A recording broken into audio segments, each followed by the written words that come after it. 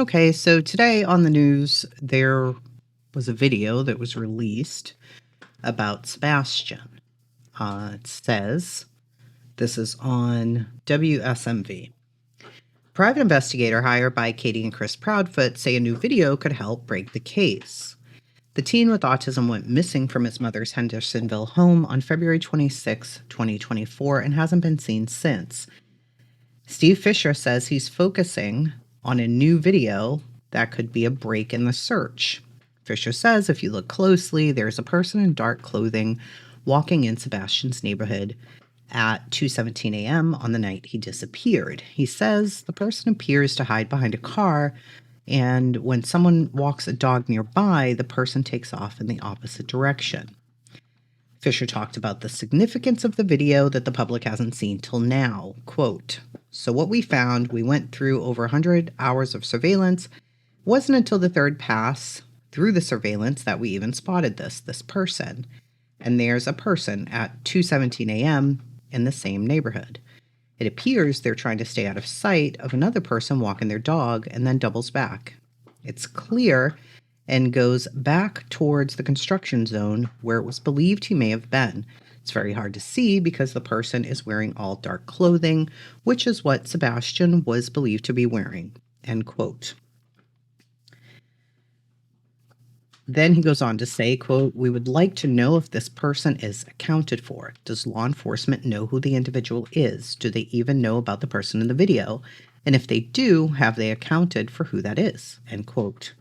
So then we'll go over here to where Steve Fisher himself speaks and doesn't seem to agree with what is being said in this article.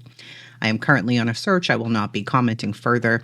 I never stated to WSMV that this could be the break. During an interview, I only mentioned that we would like to know whether law enforcement has accounted for this individual at 12:17 a.m. as we cannot account for them.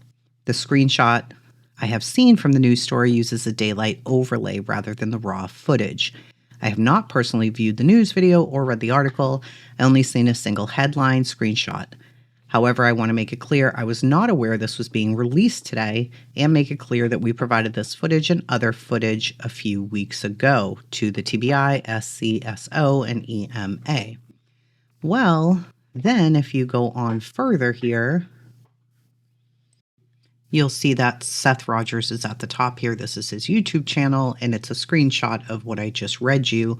But then it goes on to say, quote, "Law enforcement has had possession of the original video since 72 hours after Sebastian was reported missing, and thoroughly investigating this lead, we determined that it has no relevance to the case." So it appears that they did see what was in the video. They don't feel like it has any relevance. I don't know if they've identified the person who was in the video, which is what it seems like Steve Fisher was asking. Have they identified that person? And I guess they're not they're under no obligation to tell him that. Whether they've told Chris, Katie, Seth who the person is and whether or not they've identified them, I don't know. But they say it has no relevance to this case.